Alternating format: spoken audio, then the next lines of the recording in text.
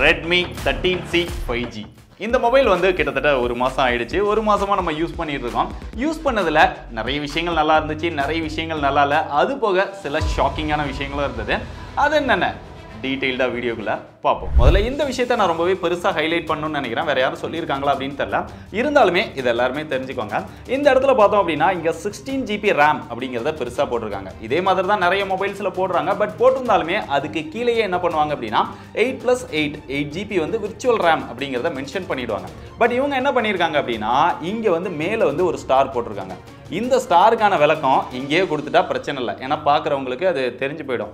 But இந்த ஸ்டாருக்கான விளக்கம் எங்கே இருக்குது அப்படின்னா இந்த பக்கம் இருக்குது. பின்னாடி வந்து பார்த்தோம் அப்படின்னா இங்கே ஸ்டார் போட்டு இன்க்ளூட்ஸ் 8GB விர்ச்சுவல் RAM அப்படின்னு போட்டிருக்காங்க. எத்தனை பேர் பாக்ஸை திருப்பி பார்ப்பாங்க அப்படின்னு தெரியல.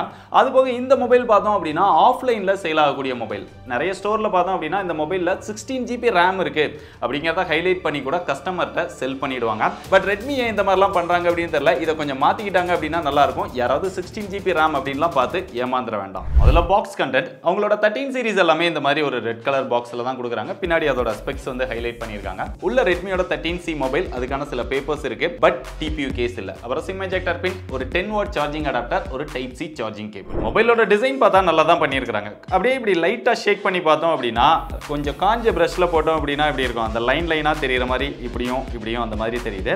அது போக பொட்டு பொட்டா அந்த பார்க்கறதுக்கு நல்லா இருக்குது. பின்னாடி பார்த்தோம் அப்படின்னா ஒரு கிளாசி ஃபினிஷ் வந்து கொடுத்திருக்காங்க. பட் ஃபிங்கர் பிரிண்ட்டுமே பெருசா கேப்சர் ஆகல, லைட்டா கேப்சர் ஆகுது. ஓவராலா டிசைன் வந்து சிம்பிளா நீட்டா பண்ணிருக்காங்க. கீழ ரெட்மியோட பிராண்டிங் இருக்கு. மேல வந்து அந்த கேமராவுக்கு மட்டும் லைட்டா பம்ப் கொடுத்திருக்காங்க. கொஞ்சம் பெருசா இருக்குது. ரெண்டு கேமராஸ் இருக்குது. அப்புறம் எட்ஜஸ் எல்லாமே ஃபிளாட்டா கொடுத்திருக்காங்க. கையில பிடிக்கிறதுக்குமே நல்லா இருக்குது. பட் கொஞ்சம் லென்த்தா இருக்கிற மாதிரி ஒரு ஃபீல் இருக்கு. மொபைலோட வெயிட் அப்படின்னு பார்த்தா 192 கிராம் இருக்கு. திக்னஸ் வந்து 8.09 mm இருக்குது. வெயிட் வந்து இன்னும் கொஞ்சம் கம்மியா கொண்டு வந்திருந்தா நல்லா இருந்திருக்கும். இதோட டிஸ்ப்ளேக்கு வந்தா இங்க 6.74 இன்ச்ல IPS LCD HD+ டிஸ்ப்ளே கொடுத்திருக்காங்க. 90Hz ரெஃப்ரெஷ் ரேட் கொடுத்திருக்காங்க. டிஸ்ப்ளே யூஸ் பண்றதுக்கு வந்து நல்லா ஸ்மூத்தா இருக்கு. அந்த டச் ரெஸ்பான்ஸ் இதெல்லாமே பெட்டரா தான் இருக்குது. இன்டோர்ல யூஸ் பண்ணும்போது கொஞ்சம் பிரைட்டா இருக்குது. அவுட்டோர்ல டைரக்ட் சன்லைட்ல வைக்கும்போது அந்த அளவுக்கு பிரைட்டா இல்ல. LCD டிஸ்ப்ளே அப்படினாலே பொதுவா அந்த மாதிரி தான் இருக்கும். அதுபோக இந்த டிஸ்ப்ளே வந்து வாட்டர் டிராப் நாட்ச் ஸ்டைலா கொடுத்திருக்காங்க. பட் இதே செக்மெண்ட்ல இருக்கக்கூடிய Redmi 12 5G பார்த்தோம் அப்படின்னா பஞ்ச் ஹோல் டிஸ்ப்ளேவா வருது, Full HD+ டிஸ்ப்ளேவா வருது. சோ அத கம்பேர் பண்ணும்போது இந்த டிஸ்ப்ளே வந்து அந்த அளவுக்கு பெட்டரான டிஸ்ப்ளேவா இல்ல. அதுபோக இங்க பெசல்ஸ் அப்படின்னு பார்த்தாலுமே கொஞ்சம் பெருசா இருக்கிற மாதிரி தான் ஒரு ஃபீல் இருக்கு. அந்த மேலையும் பார்த்தோம் அப்படின்னா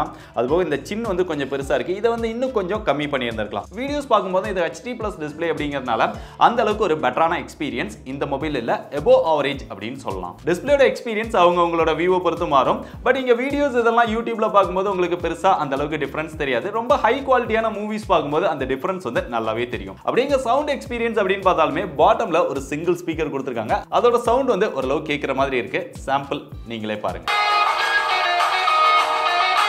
இது போக இந்த டிஸ்ப்ளேக்கு low blue light, flicker free இது ரெண்டுக்கான TUV ரெகன் லைட் சர்டிஃபைட் இருக்கு. கிளாஸ் ப்ரொடக்ஷன் அப்படின்னு பார்த்தாலும் இங்க கொரில்லா கிளாஸ் ப்ரொடக்ஷன் வந்து கொடுத்திருக்காங்க. என்ன கொரில்லா கிளாஸ் ப்ரொடக்ஷன் அப்படிங்கறத அவங்களோட அபிஷியல் வெப்சைட்ல வந்து மென்ஷன் பண்ணல. ஓவராலா டிஸ்ப்ளே வந்து இன்னும் பெட்டரா பண்ணியிருந்திருக்கலாம். அப்படிங்க கேமராஸ் அப்படின்னு வரும்போது ரியர்ல வந்து ரெண்டு கேமரா வந்து கொடுத்திருக்காங்க. பிரைமரி சென்சாரா 50 மெகாபிக்சல் இருக்கு. அதுக்கப்புறமா ஒரு 2 மெகாபிக்சல் டெப்த். இங்க அல்ட்ரா வைட் அந்த மாதிரிலாம் கிடையாது. இந்த செக்மெண்ட்லயும் பெருசா யாரும் கவர் பண்றதும் கிடையாது. செல்ஃபி கேமரா இங்க 5 மெகாபிக்சல் கொடுத்திருக்காங்க. ரியர் கேமரா அவுட்டோர்ல நல்ல லைட்டிங் கண்டிஷன்ஸ்ல எடுக்கும்போது அந்த போட்டோஸ் எல்லாம் பார்க்கறதுக்கு நல்லா இருக்கு. கொஞ்சம் ஓவர் சேச்சுரேட்டடா வார்மா இருக்கு. பட் அந்த ஃபோக்கஸ் பார்த்தோம் அப்படின்னா அப்பப்போ மாறி வருது. சில நேரம் வந்து ஃபோக்கஸ் வந்து பெட்டரா இருக்குது. அந்த போட்டோஸ் வந்து கொஞ்சம் ஷார்ப்பா இருக்குது. சில நேரம் அந்த ஃபோக்கஸ் வந்து பெட்டரா இல்லாதனால அந்த ஃபேஸ் எல்லாம் அந்த அளவுக்கு கிளியரா தெரியல. அதே மாதிரி நார்மல் போட்டோட போர்ட்ரைட் ஷாட்லாம் பார்க்கறதுக்கு இன்னும் கொஞ்சம் நல்லா இருக்குது. அந்த எட்ஜ் டிடெக்ஷன் இதெல்லாம் கொஞ்சம் பெட்டரா இருக்குது. அப்படிங்க செல்ஃபி கேமரா வந்தோம் அப்படின்னா இதுவுமே அவுட்டோர்ல நல்ல லைட்டிங் கண்டிஷன்ஸ்ல எடுக்கும்போது சில நேரம் ஃபோக்கஸ் நல்லா இருந்தது அப்படின்னா போட்டோஸ் எல்லாம் பார்க்கறதுக்கு நல்லா இருக்கு. அந்த கலர்ஸ் வந்து கொஞ்சம் எடுத்து தருது. சில நேரம் அந்த ஃபோக்கஸ் வந்து இன்கன்சிஸ்டன்டா இருக்கிறதுனால அந்த ஃபேஸ் இதெல்லாமே அந்த அளவுக்கு கிளியரா தெரியல. இன்டோர் ஷாட் அப்படின்னு வந்தோம் அப்படின்னா நாய்ஸ் வந்து ரொம்பவே அதிகமாயிருது. வீடியோஸ் பார்க்கும்போது ரியர் அண்ட் செல்ஃபி ரெண்டுலமே மேக்ஸிமமா 1080 30 fps தான் நம்மளால வீடியோஸ் வந்து எடுத்துக்க முடியுது. ஓவராலா கேமராவோட பெர்ஃபார்மன்ஸ் அப்படின்னு பார்க்கும்போது Redmi 12 5G கம்பேர் பண்ணும்போது இதுவுமே அந்த அளவுக்கு பெட்டரா பெர்ஃபார்ம் பண்ணல. மொபைலோட சாஃப்ட்வேர்னு பார்த்தா லான்ச் பண்ணும்போது out of the box MIUI 14 ஓட Android 13 ஓட தான் லான்ச் பண்ணாங்க. கிட்டத்தட்ட இந்த மொபைல் லான்ச் பண்ணி 2 மாசத்துக்கு மேலே ஆகுதுன்னு நினைக்கிறேன். 2 மாசத்துக்கு மேல ஆனாலுமே இன்னும் இந்த மொபைலுக்கு Android 14 கான அப்டேட் வரல. அது போக இங்க செக்யூரிட்டி பேட்ச் அப்படின்னு பார்த்தாலுமே டிசம்பர் 2023க்கான செக்யூரிட்டி பேட்ச் அப்டேட் இப்போதான் ரோல் அவுட் பண்ணிருக்காங்க. அதுல ஜியோக்கான VoNR சப்போர்ட் வந்து இதுல கொடுத்துட்டாங்க. சாஃப்ட்வேர்மே இதுல லேட்டஸ்டா கிடையாது, அப்டேட்டுமே கரெக்டான டைமுக்கு கிடையாது. அது போக இங்க ப்ளூடூத் அப்படின்னு பார்த்தாலுமே ஏகப்பட்ட ப்ளூடூத். ரெட்மி வந்து அதை குறைக்கவே மாட்டாங்கறாங்க. புஷ் நோட்டிபிகேஷன்ஸ் அப்படின்னு பார்த்தாலுமே அவங்களோட ஆப் ஸ்டோர்ல இருந்து ஏகப்பட்ட புஷ் நோட்டிபிகேஷன்ஸ், இதை இன்ஸ்டால் பண்ணுங்க அதை இன்ஸ்டால் பண்ணுங்க, ஏதாவது ஒரு APK ஃபைலை நம்ம டவுன்லோட் பண்ணி இன்ஸ்டால் பண்ணா கூட இது இன்ஸ்டால் பண்ணது சரியில்லை அப்படின்னு சொல்லி அதை அன்இன்ஸ்டால் பண்ணிட்டு ஆட்டோமேட்டிக்கா ஆப் ஸ்டோர்ல இன்ஸ்டால் பண்ண வைக்குது. ஸோ இந்த மாதிரி நிறைய ப்ராப்ளம்ஸ் வருது. அது போக ஆட்ஸ் அப்படின்னு பார்த்தாலுமே அந்த லாக் ஸ்கிரீன்ல வரக்கூடிய கிளான்ஸ் ஆட்ஸ் அப்புறம் புஷ் நோட்டிபிகேஷன்ஸ் இதுவுமே நிறைய இருக்குது. ஸோ இதெல்லாம் நம்மள கொஞ்சம் யூஸ் பண்றதுக்கு கடுப்பேத்துது. மொபைலோட சிம் ஸ்லாட்டை ஓபன் பண்ணா இங்க 2 sim with dedicated SD card slot போட்டுக்க முடியும். 2 சிம்மே 5G சப்போர்ட் பண்ணும். 7 5G பேண்ட் சப்போர்ட் இதுல கொடுத்திருக்காங்க. இது ஒரு 5G ரெடி மொபைல், இந்தியால 5G யூஸ் பண்ணிக்க முடியும். பட் Redmi 12 5G ல பார்த்தோம் அப்படின்னா இவங்களோட யூனிக் ஃபீச்சரான IR பிளாஸ்டர் வந்து கொடுத்திருந்தாங்க. பட் இந்த 13C ல IR பிளாஸ்டரும் கிடையாது. இந்த மொபைலோட பெர்ஃபார்மன்ஸ் அப்படின்னு பார்த்தா Redmi 12 5G ல Snapdragon 4 Gen 2 அப்படின்னு ஒரு சூப்பரான ப்ராசஸர் வந்து கொடுத்திருந்தாங்க. பொதுவா MediaTek விட Snapdragon ப்ராசஸருக்கு மதிப்பு அதிகம், பெர்ஃபார்மன்ஸ் மத்த விஷயங்களும் எப்பவுமே பெட்டரா இருக்கும். பட் இந்த மொபைல்ல MediaTek Dimensity 6100 Plus அப்படின்னு ஒரு ப்ராசஸர் வந்து கொடுத்திருக்காங்க.